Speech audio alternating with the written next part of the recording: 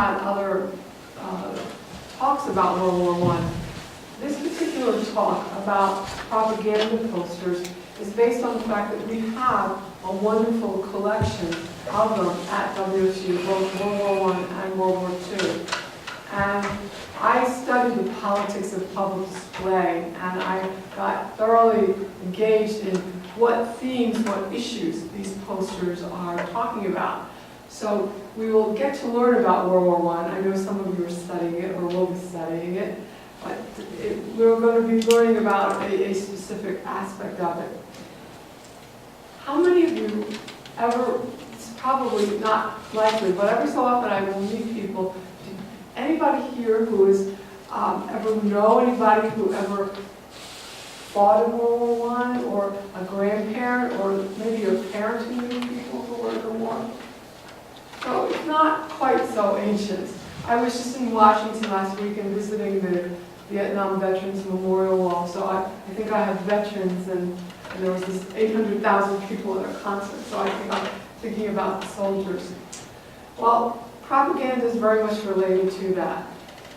World War I began in 1914 after at least a decade of different conflicts, particularly in the Balkans.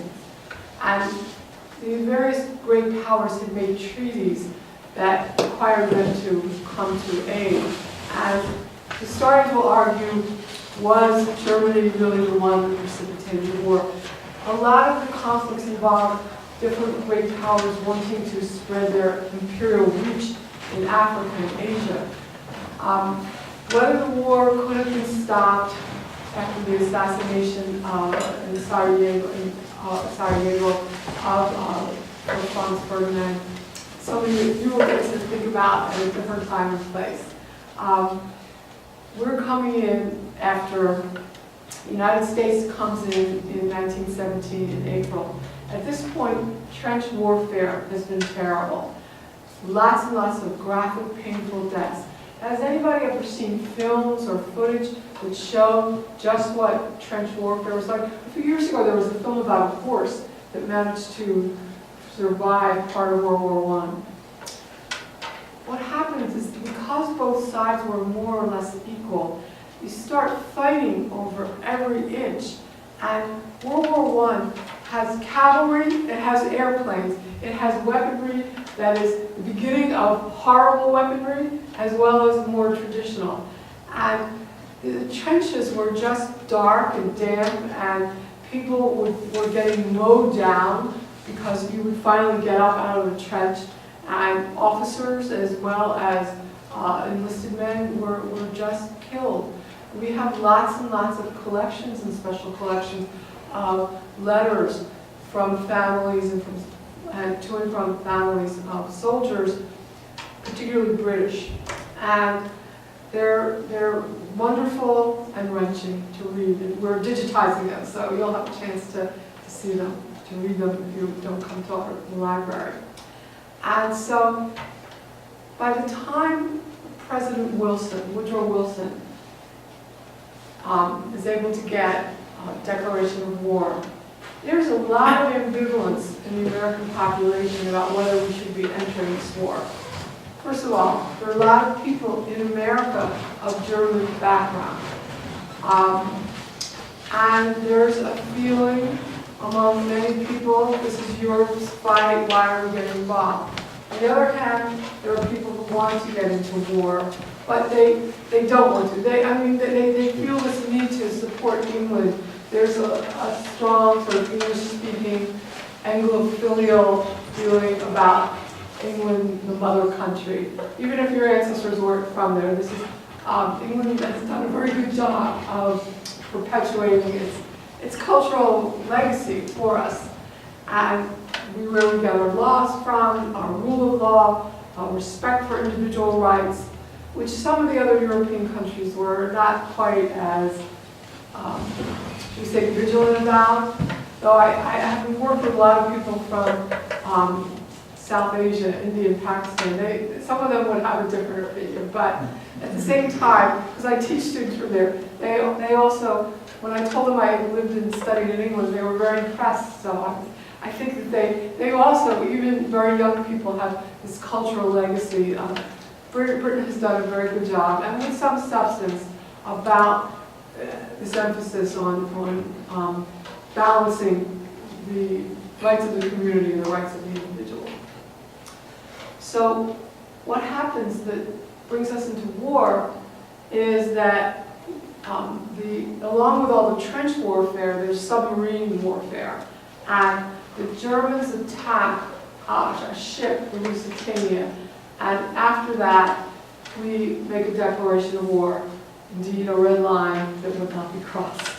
And so President Wilson gets a declaration, and it's very important to have a declaration of war in Congress because it means that they'll have popular support in April of 1917. The war will not end until November, the 11th hour of the 11th day of the 11th month. So you can see it's about a year and a half that America is in there.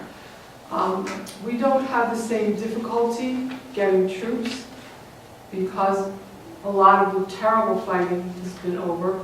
We really create a new balance of power by coming in. The posters, though, that I'm going to show you, are very much aware of how important it is to appeal to ordinary people in a language that is both heroic and practical. Because that's what really good, should we say, information or propaganda. Propaganda doesn't have to be bad. Lots of times we think that it's a loaded term about the other side, but every side needs war information or propaganda. I mean, you have to make your case to the public. And people, the civilians have to support not only the sacrifices that their own families and children are making, and friends, but they have to support the government. We're going to see that raising money, Liberty bonds, great name, is very important. We're going to constantly see the word liberty, not freedom. We can talk later on, is there really a difference? I'm not convinced that there is, but liberty, of course, has a more traditional ring when we think about the Liberty Bell, and you'll see that symbol. So we're going to see the kinds of themes that are there, that are promoted, not only on the home front, particularly for food, and you're going to, this one, it's very appropriate that I'm here in a public library, access and freedom of knowledge in libraries.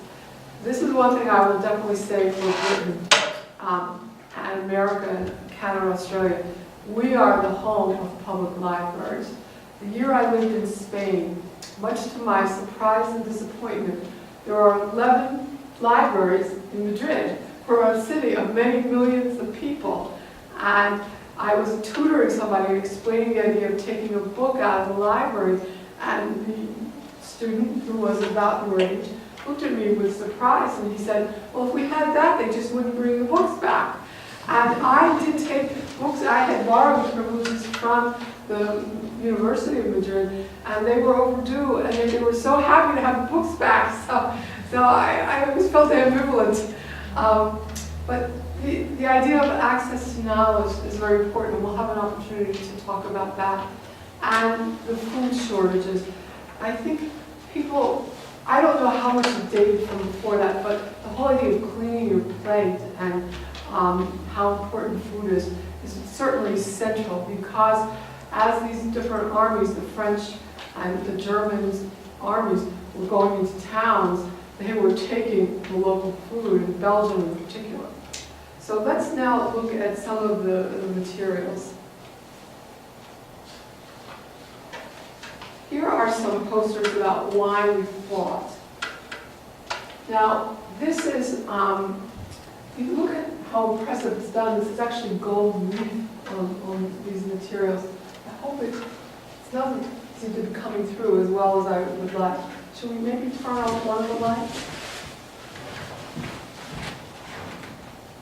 That's a little better. And you can see it's awfully long.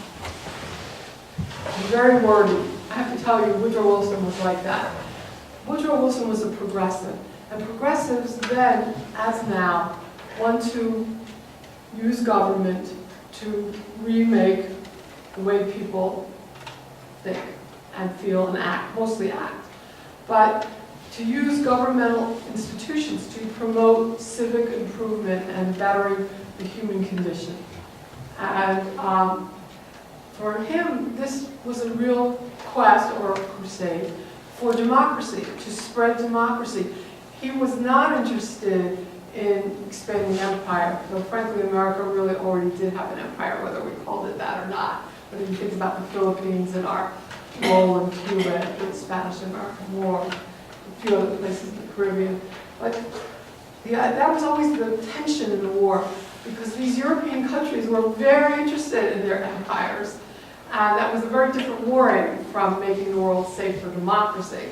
And so how we were going to find the two compatible becomes the problem after the war, and one of the reasons why World War II really fails to resolve lots of these lofty aims of idealism to make the world safe, to give all kinds of people of various ethnicities opportunities for self-determination. Because think about lots of countries in southeastern Europe, like former Yugoslavia. They have many different ethnicities, and they all often live very close. So how are you going to draw the lines? I mean, can you draw it through one person's house? Because you'll have people who, in places like Bosnia and Sarajevo, they're Muslims, they're Serbs, they're Croats.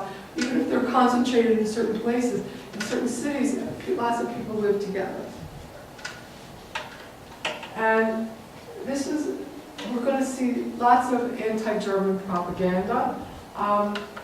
The idea here, Germany wanted peace because then it could still keep its war gains and to control, let's say, Turkey, the Ottoman Empire, and Baghdad, that it had this aim to go through sort of Central Asia and then the Middle East. And so there are lots of pamphlets that are available. This is what is significant. The 8 languages that Committee on Public Information, these are the languages of immigrants. America at this time is teeming with immigrants. And whether they were legal or illegal was much less of a concern then, because there were lots of unskilled jobs for which they were needed. And these are the languages. There are lots of Germans who've been here for a while, but lots more who came over because there were lots of conflicts in late 19th century Germany. But languages, Polish, Czech, Italian, Spanish, Swedish, Portuguese, and Yiddish, they are persuading the immigrants who are going to become, that they're going to persuade people who have not been in this country very long, that it's in your interest to go and fight and risk your life for a European war, even though you've come here to escape a lot of those problems. And that's what these publications are about. And in fact, there have been a lot of immigrant newspapers during the Spanish-American War and the war in the Philippines after a return against the Filipinos after they win their independence from Spain. There were a lot of immigrant newspapers that said, this is not our war. Why should we be fighting the Filipinos? They've been our allies, and they were not pro-war. And this is why that they're really gauging and focusing this, because they're acknowledging, frankly, a lot of these people aren't speaking English. They're speaking their own languages. They're not, and they're being very practical. We have to reach this whole segment, because in big cities in America, they represented huge percentages of the population. Now, you can't fight a war unless you have money. So, let's give it a good name. We're fighting for liberty. And I don't mean to sound cynical. We genuinely thought that we were doing that. Our motives were good. How realistic they were is a different subject. A lot of the artists, and I was always trying to note who they were always portraying women. Yes, always white women. In this very neoclassical, heroic way. In Washington, D.C., if you've ever been there, or I'm sure most of you have had the opportunity to look at the beautiful buildings, they are all, a lot of the architecture is this neoclassical architecture from the early 20th century. And so that was, she's actually rather scantily dressed when you think about it, sort of like this, in a way that is really alluding to many sort of European kinds of paintings as well. And I don't think that that's coincidental. I don't think that that's just merely an accident, because they have to head the troops to go to Europe, and I think that not only was this the style, this was a particular artistic style that was very popular at the time. It's an idealistic time coming out of the 19th century when you really, Europe had not been at war for a very long time before that, since Napoleon. Yes, there had been different separate conflicts like in the Crimea, and in 1848 a popular rebellion throughout a lot of Europe that had really been put down, and the more powerful elite had basically gotten most of their power back. But you can see not only the heroic classical pose, but the idealism in this kind of figure, and it's very popular. And I think, yes, they're using a woman to appeal to men. I mean, women are not voting yet. We're going to see the role that women play that will influence that issue as well. Now, a lot of the other posters are about the soldiers. And you've noticed the very graphic colors. Like here, the colors are much more subdued. But when you're seeing soldiers, they're often, not always, we're going to see a whole variety, but these are very sharp colors and very brilliant. And most of these, since we went into the war in 1917, are going to be from 1917 to 1918. And clearly, we didn't have such big government then, so they needed this money. They had to float these loans, I believe 5 of them. They needed more and more. And this one I find really fascinating because of the sketch, the somberness of it. Look at the detail. And it really is emphasizing the naval aspect of the war, which was very important. And it was the naval aspect that brought us into the war in the first place because of the attack on Lusitania, because of the trench warfare. But when history, there are 2 things that you need to look for. There are many others, but when you're analyzing something, is it representative or is it different? And this is, there aren't as many posters like this, in this kind of more monochrome colors. For me, the detail is very powerful. I mean, this is really not that sophisticated drawn, but this really shows some real artistry. Lincoln, by now, is truly lionized. I mean, he really became lionized very shortly after his assassination and in 1865, and it only progressed. And the Lincoln Memorial is under construction. And so it's, if you go to, it's interesting, we'll look and see if we have it from Washington, but clearly by now, Washington and Lincoln would be the 2 presidents that would be, if you want to show the glorious past, and these are the 2 presidents. And this famous quote that we all hopefully memorized from the Gettysburg Address.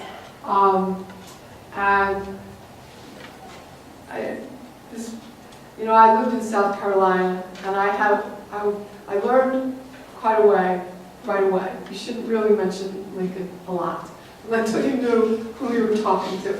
But now I'm in the Midwest, so we can be very comfortable. But it was very revealing for me, enlightening as somebody growing up in the North, in the Northeast, to come to a place where you had to be really quiet about the president that had always been presented to me as the greatest. So there isn't a time when I look at his image even though I met a lot of people from Chicago in this area, they are very blasé, but I'm always very excited when I can see his image and just feel and understand that for whatever mistakes he made, I mean, this is one time where myth and reality have, in this sort of Venn diagram, a larger area of correlation. Now this is an example where we're a poster, and there are quite a few of these, where we're trying to appeal to family. Again, getting the civilian population in awareness on both sides of the sacrifice. We can wonder what war he might have fought in. The farm. While America is very industrial at this point, we are a powerhouse. We were China. Basically, we had really come to our own. A lot of the posters will have this mythic past and will show the farm. And frankly, that's really important because we're going to see how important food is, and raising food, and the productivity of the farms that already had a high level of mechanization are absolutely essential to the war effort. And you can see we're already into the third Liberty Loan, and it's only 1917. Children, especially cute little girls, are also another iconic image. And this is yet another example.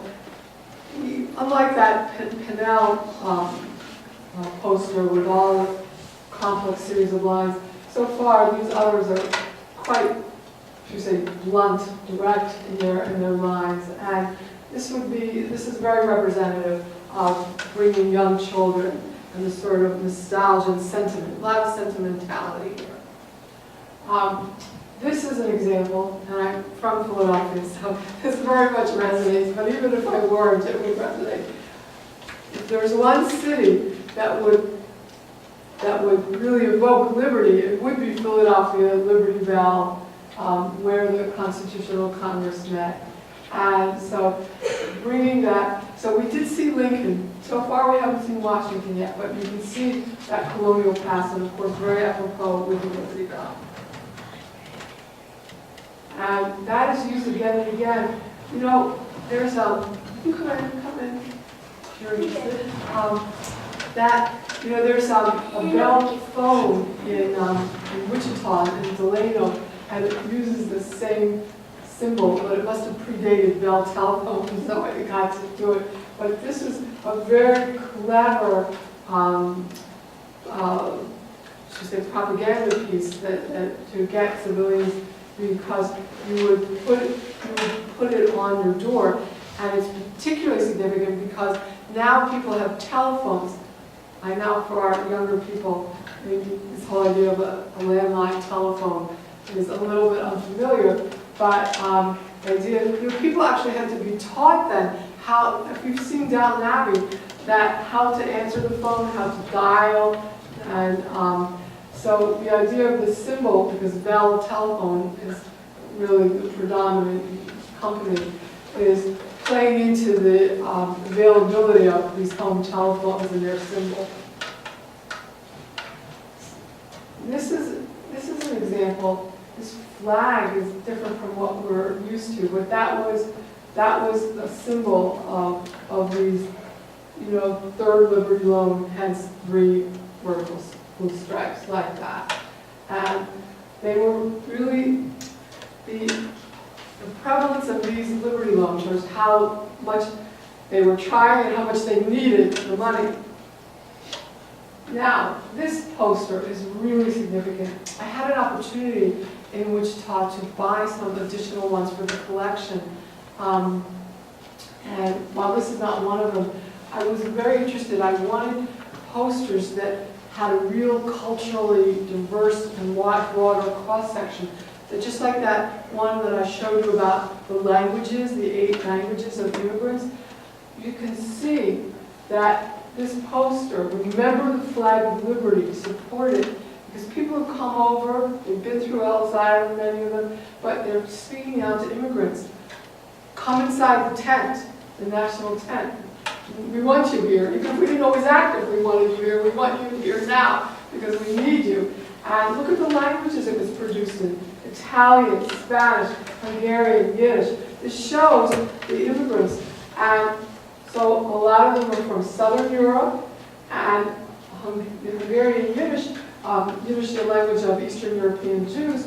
These are places that were right in the center of a lot of, not necessarily fighting, but not so far away from it. And actually, by 1917, certainly Yiddish-speaking Jews will be involved because of the Russian Revolution starting, and Poland has yet not been reborn, and there's all this fighting which country, who's going to be laying claim to those lands.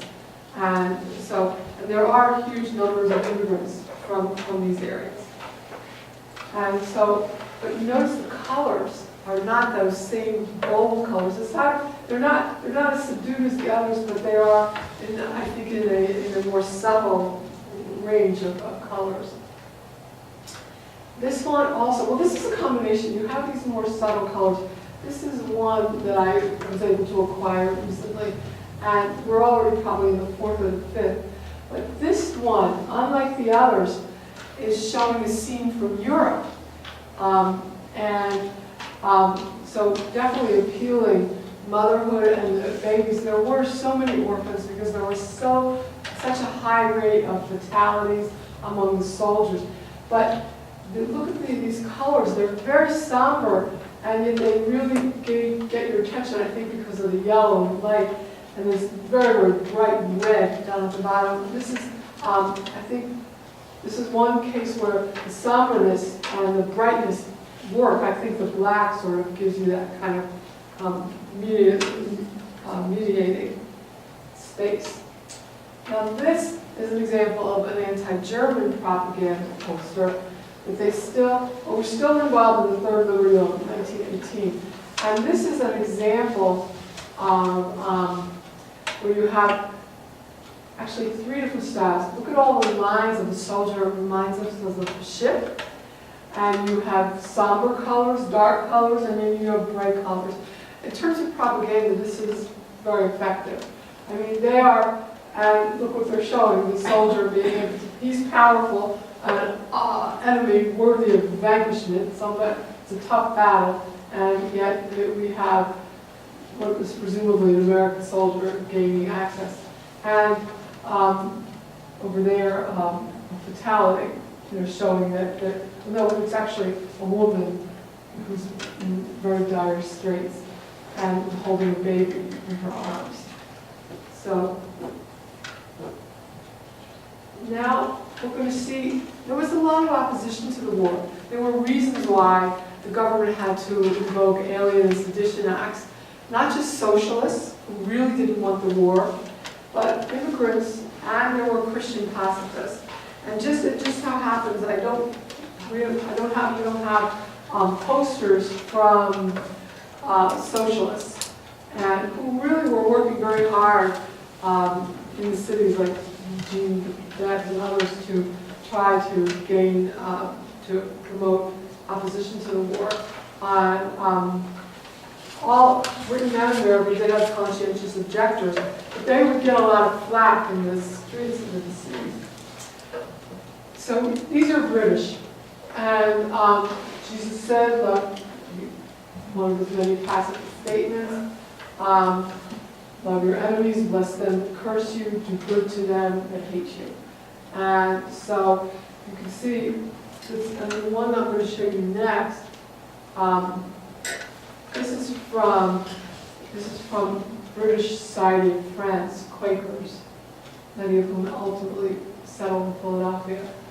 So this is much simpler. This is, I think you can really see in that woodcut the real artistry involved in that, the way the lines flow. I mean, that flowing robe to really sort of brings you in here, despite the fact that it's just 2 colors. Here is quite simple in its application, and it's very wordy, but they really are trying to teach people about conflict resolution. And this came from much earlier. Both of them were early in the war. So these are two of the earliest posters, aside from the one for Declaration 4 that we have. Now, there are lots and lots of posters about food conservation. Ecology, before we used the word ecology. The government wanted to regulate what people did, but it was, this food control was so that people would use less, eat less, use less, so that it could be sent to the soldiers who needed food in Europe and to the civilians. They both got it. So it was definitely very much a war measure. And this, again, a lot of these posters assume a high level of literacy, but not all. We have seen others that don't, that are really self-explanatory just by the picture. But the government was using this particular poster, and they started the United States Food Administration during the war in 1917, which had not existed before that, to explain this, because they had to, people had never been subjected to this before, and they really needed civilian understanding and support for this to work. And this is a very representative, and I have to say, I think it is one of the most beautiful posters that we've seen so far. It's too bad, not everyone, artists got to put their name on it. Actually, I'm looking at it now, and it looks like it's just hard to read. But look at the example. So you have somber colors and bright colors, and you can see that the appeal, they're showing, this is wonderful because you have America on one side in the background, a rainbow of hope, and Europe there. So they're talking about immigrants who came to America, but they're showing them on the other side. So you're really getting that, this is sort of liminal moment where the two come together.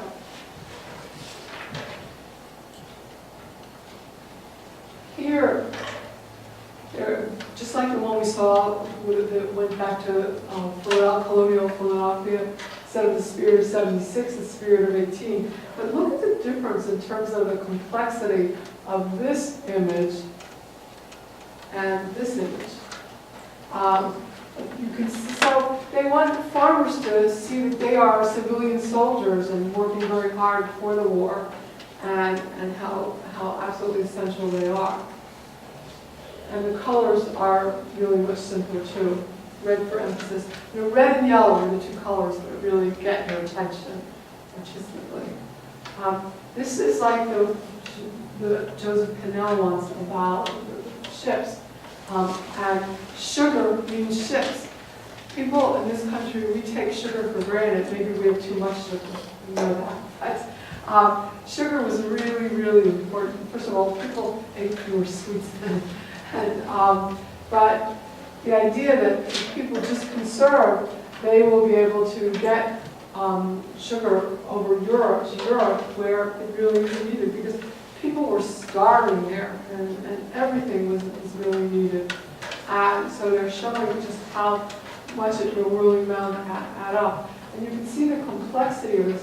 Look over there, war and war clouds, and look at the sugar and the ships. And then by making a very big civilian, I think they're showing they're empowering the civilian population, and they're using the domesticity of the woman who is often the cook and the home manager. And here, there are quite a few posters that I've come across that deal with Massachusetts. Evidently, Massachusetts was very, very active. Other states as well, but I'm certainly aware of this. And he's a very famous artist, Charles Dana Gibson, from New England. And you can see that Boston on the coast would have been a key embarkation point. And again, putting the woman who is the home manager, the house manager, amongst the soldier is very important. And it shows the connection and the interdependence between the two. And of course, she's carrying a basket. People didn't have shopping bags, and you brought a basket with you. That changed later on in the 20s, but people would still be carrying a basket. and they went up to get food often. This is charming because we're dealing with children, and so they're dressing. Maybe if you're a pacifist, you wouldn't find it charming, but they are getting. First of all, it crosses lines of gender at least. Unfortunately, we're not going to find enough posters that cross other lines. Sometimes class, yes, but we won't find lines of ethnicity and race in most cases. Those are still separate. Even though we do have African American soldiers fighting in war, as well as all these immigrant populations as well. But you can see the Uncle Sam icon and bringing, again, the importance of sugar and looking at the birds. But I find the colors in here, they're more subdued, and yet they really pop out. And yes, they are. There is that military motif of having children dressed like quasi-scout, quasi-soldier. Another poster leveraged children. I did another research project on the Civil War sanitary fairs, and again, getting children involved is really important because children will talk to their parents and get the whole families involved. So even if children aren't buying, children are asking, and getting children to support really was very, very important. So children make a promise, and you can see all the different sort of iconic images, patriotic, and those that are related to consumption.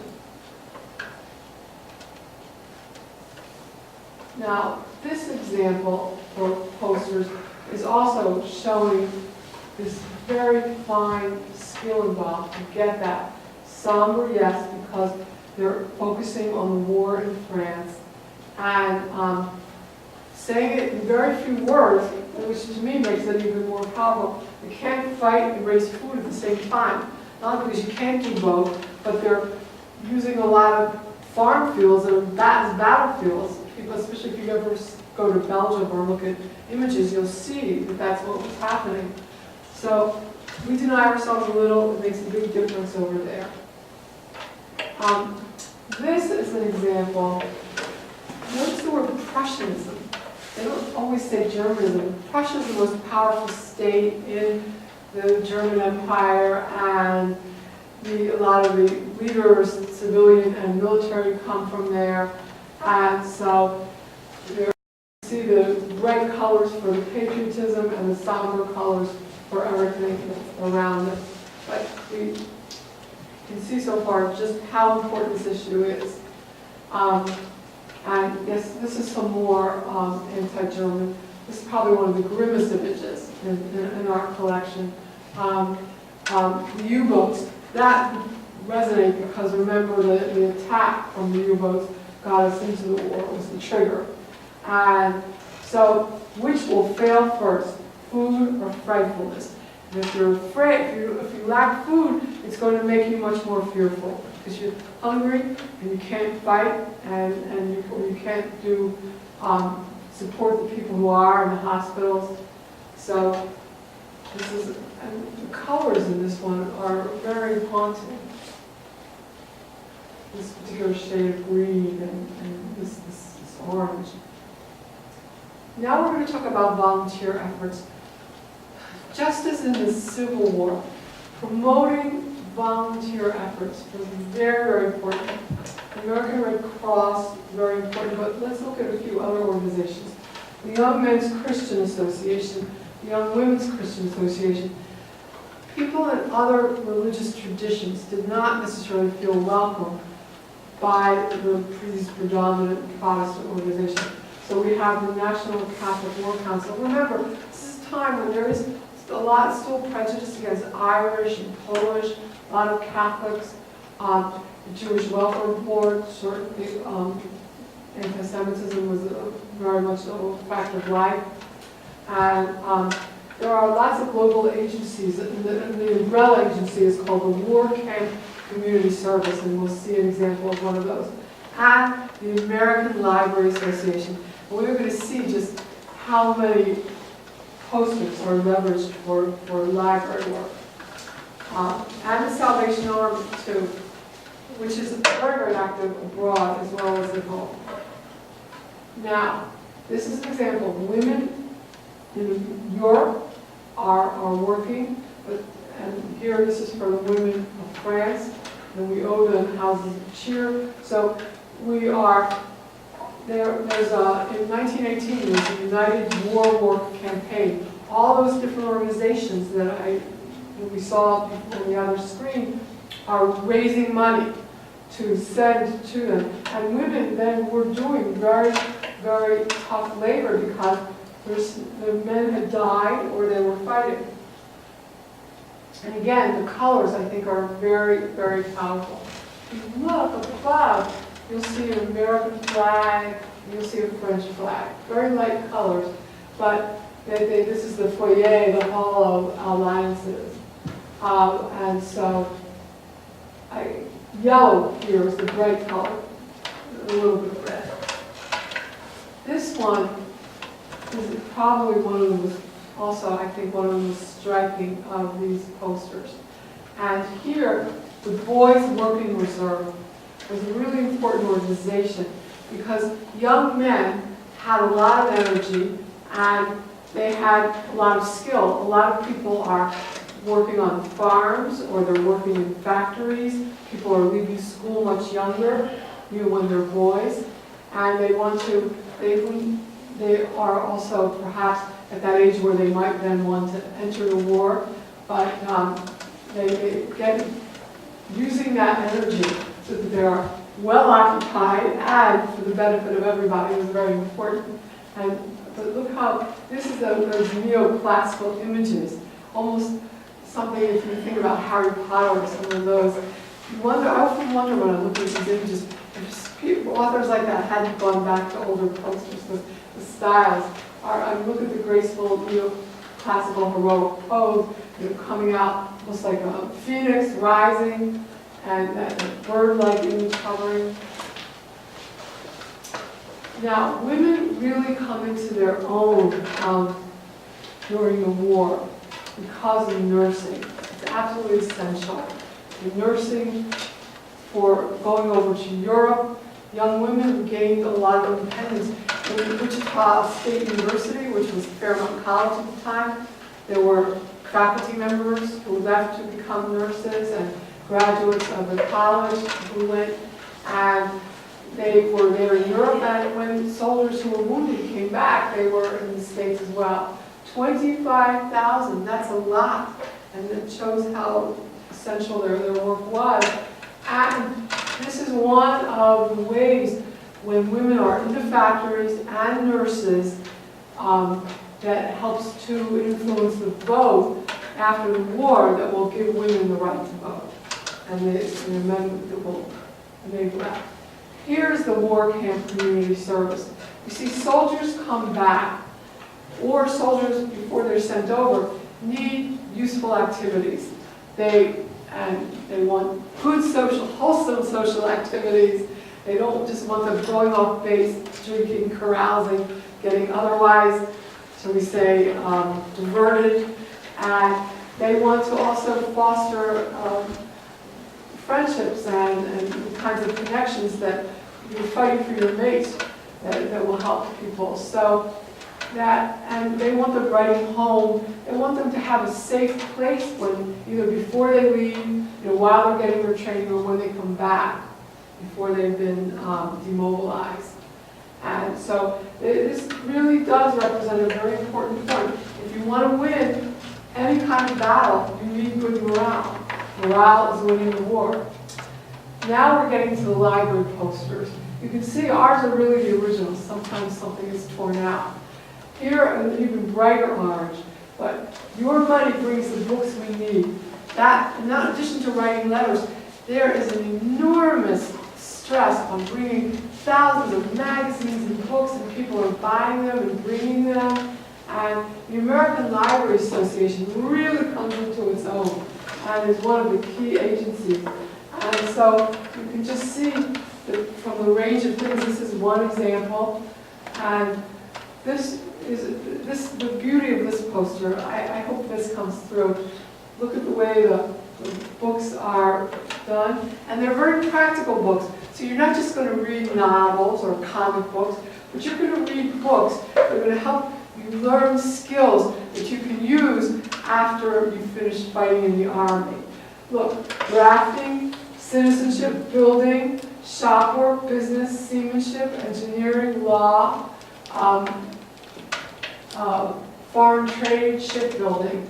So, and again, the colors in this are very striking, that you have, even for the practical things, there's certain, they still stand out. And then, while they're not brilliant, there's enough, as you ascend, to this world of knowledge that brings you up to a higher plane, you have those layer colors. So, I actually think knowledge still wins.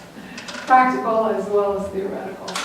And so here they're using the signals of war, so you can, for communication, and thinking about reading, that's definitely a form of communication. So people would bring their books over to the library, and then the books would be shipped, and so that over there, that song's already very powerful. And here's an example. We have quite a few of these maps. So the maps show you whether there's a camp building or a large library camp, hospitals, libraries, small military camps, naval and military stations. And when you add up this, there are 5 million magazines that were distributed, over 3 million gift books, over 1 million books shipped overseas, 600,000 books purchased. It's a huge endeavor. And this was something I think that really was one of the most successful propaganda efforts. And these posters actually show the scenes. And in one of them, there's actually Fort Riley from Kansas. And I believe it's that one of those up there. And so they wanted to show you whether it was actually at, like in a hospital, in a library, in a larger camp, that they just intense, wherever they could do it, they would set one up. And that's actually in Devon, Massachusetts. So they wanted to show you a whole selection across the country, and you see again the involvement of women. Women who are nurses who are reading, women who had library training, women who haven't but who learn it, and they show people really industriously focused and occupied. And here, with the Red Cross, appropriately enough, having this in red, they're talking about training, because the Red Cross was not only about helping the injured, but providing training here. And again, very practical tools, and that same sort of heroic hold, pose, and posture that we've seen before, the way they can weave together the browns and the reds and the ochres and beiges. Now, this is an example of employment, because before there was a Veterans Administration, the Department of Labor and the Department of War, which is what it was called then, all these different armed forces in one agency, they understood you had a huge male population that was coming back, and they knew how to use guns. They had been fighting and occupied. You had to do something to train these people. Not every employer was going to hold a job. Some did, but the emphasis was to take some skills that they already had, but to encourage employers to really bring them back and put them to good work, so that you wouldn't have this disgruntled population. Now there are just a few that are about, actually one, that we ended up getting this very rare poster from one of the vendors, one of the local people who was involved in selling items.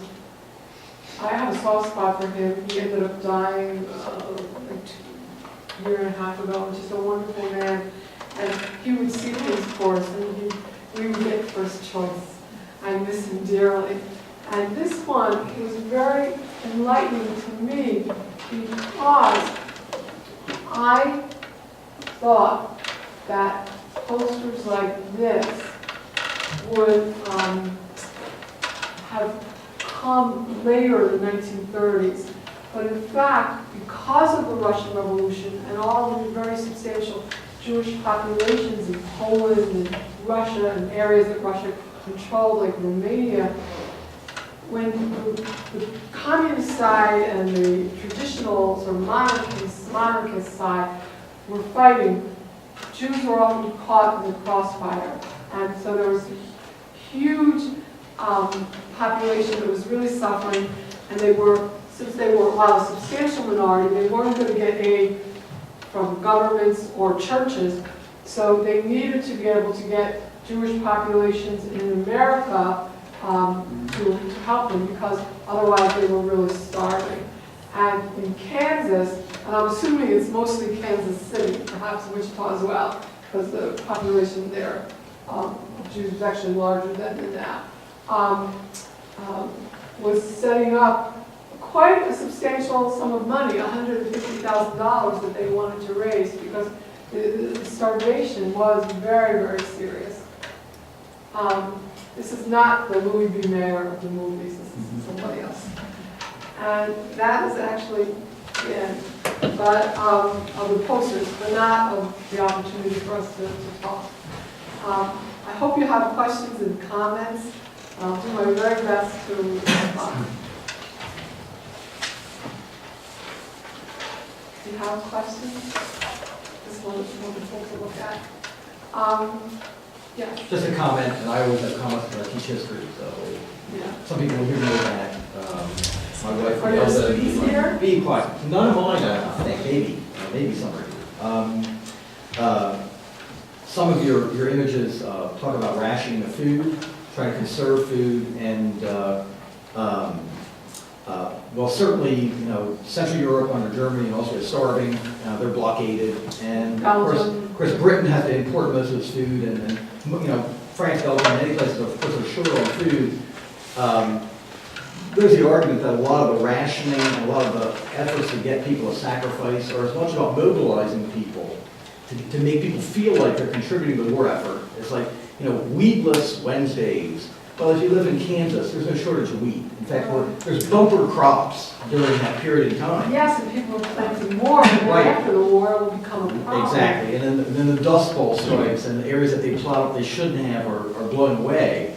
So, you know, here in the United States, you know, people are encouraged to grow victory gardens and things like that, but, you know, we're only in the war a short amount of time. We were already sending all our food to Europe before and making money from it, and so the point to where is it really practical and where is it just sort of, again, this is one of the first words we're trying to mobilize everybody, get everyone involved, men, women, children, everybody somehow.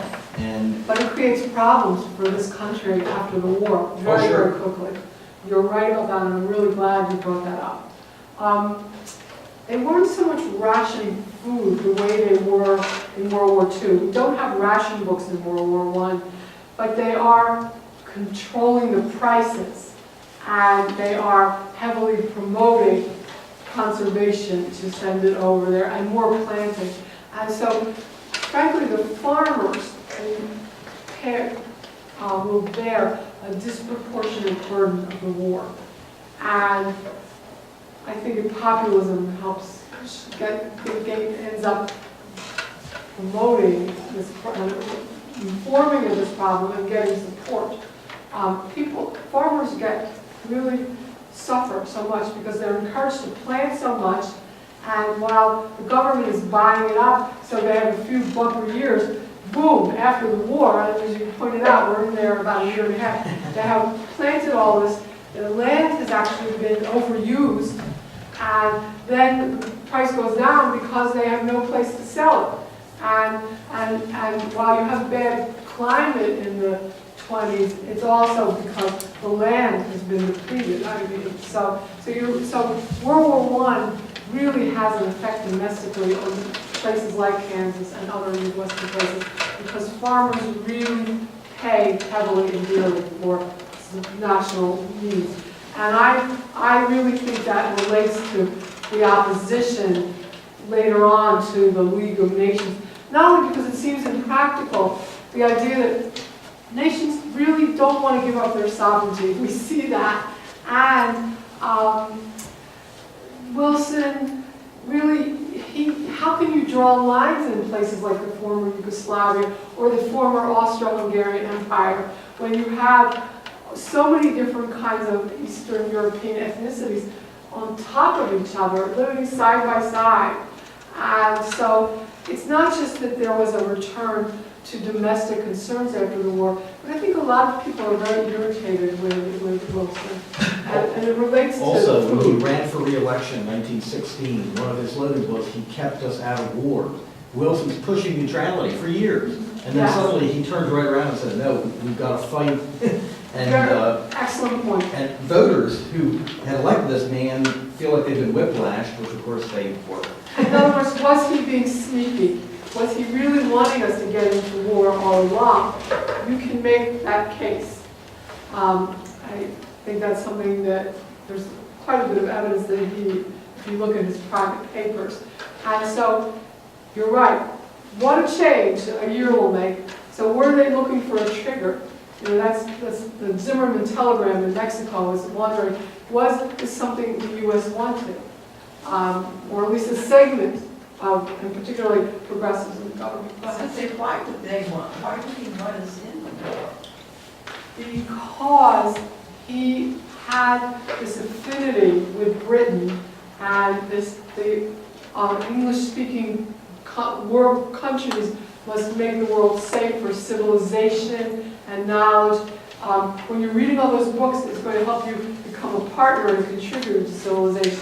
And it is that Anglo-American cultural and historical bond. And I think as his progressive ideology promoted that you can make things better. And so I think that's So if they had not bombed or destroyed the ship, would we have been in it? Great question. That's one of those counterfactual questions we'll never know. You could make a case either way. Wilson did win. I mean, and he had a segment of support. Remember Democrats in the South as well, they actually did much better because of World War I. And I think the Northeast and the coast as well. So it wasn't like the red blue map exactly today, but there were other parts of the country that did very well because all those material and war supplies, people who produced them, and you actually produced them in industrial areas like Kansas City and Wichita as well, did very well from the war. So there were idealistic people who thought, America, we are a true democracy. Well, we're put them in the word true in quotation marks because not everybody is getting access. We certainly know that. But that we have something to teach the world. We came from Europe and now we're going to, France helped us, now we're going to go back and we can pave the way. Remember, we still are living with those kinds of legacies that have not really borne fruit.